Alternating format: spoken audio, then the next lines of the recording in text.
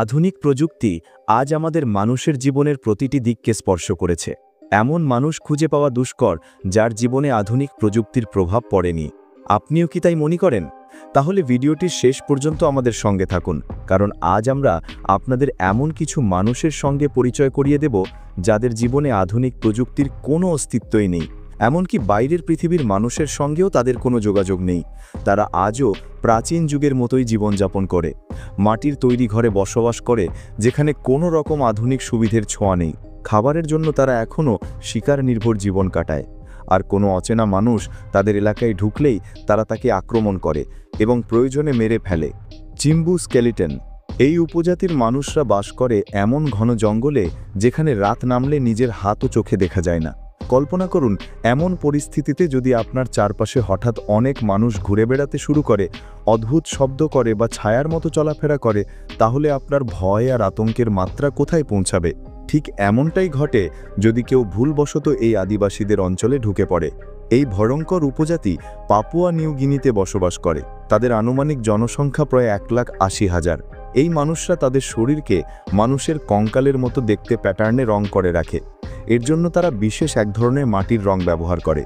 এই সাজসজ্জার মূল উদ্দেশ্য হলো তাদের শত্রুদের ভয় দেখানো।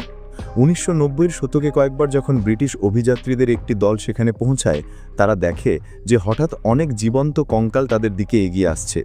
ভয়ে তারা প্রাণ বাঁচাতে দৌড়ে পালিয়ে যায়। এই উপজাতি প্রায় 400 বছর ধরে ওই এলাকায় বসবাস করছে। যদিও তারা প্রাচীন জীবনযাপন বজায় রেখেছে, আধুনিক সভ্যতার প্রভাব এখন ধীরে ধীরে তাদের জীবনেও প্রবেশ করতে শুরু করেছে। যেখানে একসময় তারা কেবল শিকার করেই জীবিকা নির্বাহ করত এবং পশুর মাংস খেয়েই বেঁচে থাকত, সেখানে এখন তারা ধীরে ধীরে গবাদি পশু পালন করতেও শিখে গেছে। এভাবেই তারা পুরনো ঐতিহ্য আর নতুন পরিবর্তনের মাঝামাঝি অবস্থানে দাঁড়িয়ে আছে। মুরজি ট্রাইব আফ্রিকার ইথিওপিয়ায় বসবাসকারী এই আদিবাসী গোষ্ঠীকে বিশ্বের অন্যতম ভয়ঙ্কর জনজাতি হিসেবে ধরা হয়।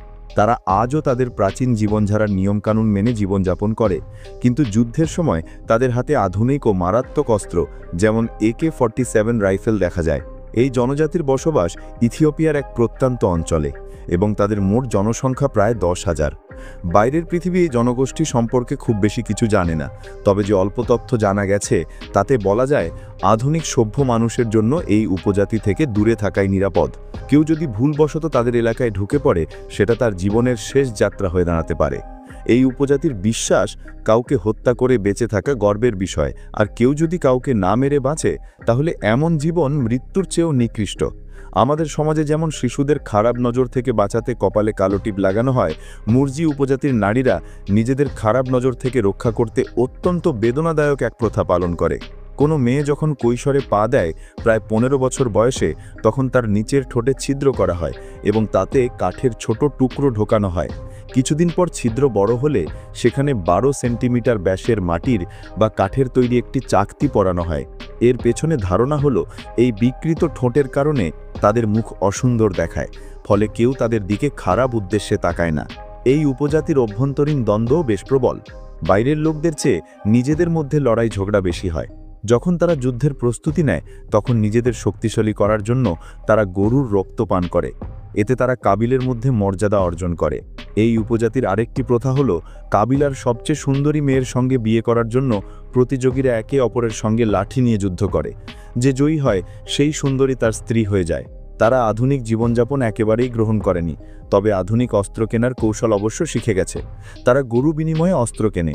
পুরনো মডেলের একটি AK-47 রাইফেল কিনতে তাদের অন্তত 10টা গরু দিতে হয়, আর নতুন মডেলের রাইফেল কিনতে লাগে 50টা গরু। তবে আধুনিক বিজ্ঞান তাদের জীবনে কোনো পরিবর্তন আনতে পারেনি। তারা এখনও মাটির কাঁচা ঘরে বাস করে, যেখানে কোনো আধুনিক সুবিধে নেই। পোশাক পরিচ্ছদ, খাবার দাবার আর জীবনধারা সবই তাদের প্রাচীন ঐতিহ্যের মতোই রয়ে গেছে। সরকার চেষ্টা করেছিল তাদের শিক্ষা দেওয়ার, কিন্তু যখনই কেউ তাদের এলাকায় প্রবেশের চেষ্টা করেছে, সে নিখোঁজ হয়ে গেছে, কোনো খোঁজ আর মেলেনি। কোরোবো ট্রাইব ব্রাজিল এই আদিবাসীরা ব্রাজিলের ঘন অ্যামাজন জঙ্গলের গভীরে বসবাস করে। তাদের বিশ্বের অন্যতম বিপজ্জনক জনজাতিগুলির একটি হিসেবে গণ্য করা হয়। ব্রাজিল সরকার বহুবার এই গোষ্ঠীর সঙ্গে যোগাযোগ স্থাপনের চেষ্টা করেছে, কিন্তু প্রতিবারই ব্যর্থ হয়েছে। যারা এই উপজাতি সম্পর্কে তথ্য সংগ্রহের উদ্দেশ্যে সেখানে গিয়েছিল, তাদের কেউই আর জীবিত ফিরে আসেনি। অ্যামাজনের ঘন জঙ্গলে একসময় এই উপজাতির জনসংখ্যা বেশ বেশি ছিল, কিন্তু ধীরে ধীরে তাদের সংখ্যা কমে এসেছে। বর্তমানে এখানে প্রায় 180 থেকে 200 জন আদিবাসী শিশু আর প্রাপ্তবয়স্ক মানুষ বসবাস করছে। কয়েক বছর আগে বাইরের কিছু মানুষ এই আদিবাসীদের সঙ্গে যোগাযোগ স্থাপনের চেষ্টা করে এবং কোনোভাবে তাতে সফলও হয়, কিন্তু এর ফলাফল সুখকর ছিল না, কারণ এরপর এই উপজাতি দুটি দলে বিভক্ত হয়ে যায়। একদল আধুনিক জীবনের সঙ্গে মানিয়ে নিতে আগ্রহী হয়ে বাইরের লোকদের সঙ্গে সম্পর্ক গড়ে তোলে, আর অন্য দল তাদের প্রাচীন জীবনধারা আর ঐতিহ্য আঁকড়ে ধরে রাখে। ফলে বর্তমানে পরিস্থিতি এমন হয়ে দাঁড়িয়েছে যে কেউ যদি এই উপজাতির সঙ্গে দেখা করতে যায়, একদল তাদের সঙ্গে বন্ধুত্ব করতে চায়, আর অন্য দল বাইরের মানুষ দেখলেই আক্রমণ করে হত্যা করে। এই উপজাতির মানুষরা কৃষিকাজ সম্পর্কে কিছুই জানে না। তারা আজও বন্য পশু শিকার করেই বেঁচে থাকে। তারা পাখি আর বন্যপ্রাণী মেরে তাদের মাংস খায়, আর এভাবেই তারা তাদের প্রাচীন জীবনযাপন ধরে রেখেছে। Sentinel island, India. এটি ভারতের দক্ষিণ প্রান্তে অবস্থিত আন্দামান ও নিকোবর দ্বীপপুঞ্জের একটি দ্বীপ। এই দ্বীপে বসবাসরত আদিবাসীদের জীবনযাত্রা কেমন, তারা কিভাবে বেঁচে থাকে, কি খায়, কি পান করে, কি পরে বা কেমন ঘরে থাকে, এসব প্রশ্নের উত্তর আজও রহস্যই থেকে গেছে। কারণ এই আদিবাসীদের কাছে যাওয়ার সাহস কাউর হয় না, আর তারাও বাইরের কাউকে নিজেদের কাছাকাছি আসতে দেয় না। ভুলবশত কেউ যদি সেখানে যাওয়ার চেষ্টা করে, তারা তাকে দ্বীপে পা রাখার আগেই মেরে ফেলে বা ফিরে যেতে বাধ্য করে। বলা হয় এই আদিবাসীরা প্রায় 7000 বছর ধরে এই দ্বীপেই বসবাস করছে। 2000 সালে আন্দামান আর নিকোবর দ্বীপপুঞ্জে যখন ভয়ঙ্কর সুনামি আঘাত আসে, তখন ভারত সরকার তাদের সাহায্য করার চেষ্টা করেছিল, কিন্তু সেই সব প্রচেষ্টা ব্যর্থ হয়েছিল।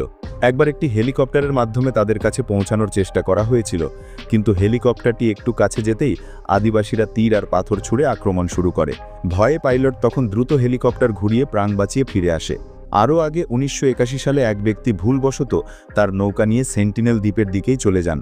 আসলে তিনি সমুদ্রে পথ হারিয়ে ফেলেছিলেন। বহুক্ষণ ধরে সমুদ্রের দিকে তাকিয়ে থাকার পর দূরে ভূমি দেখতে পেয়ে তিনি সেখানে পৌঁছানোর চেষ্টা করেন, কিন্তু তিনি জানতেন না সেটি সেন্টিনেল দ্বীপ।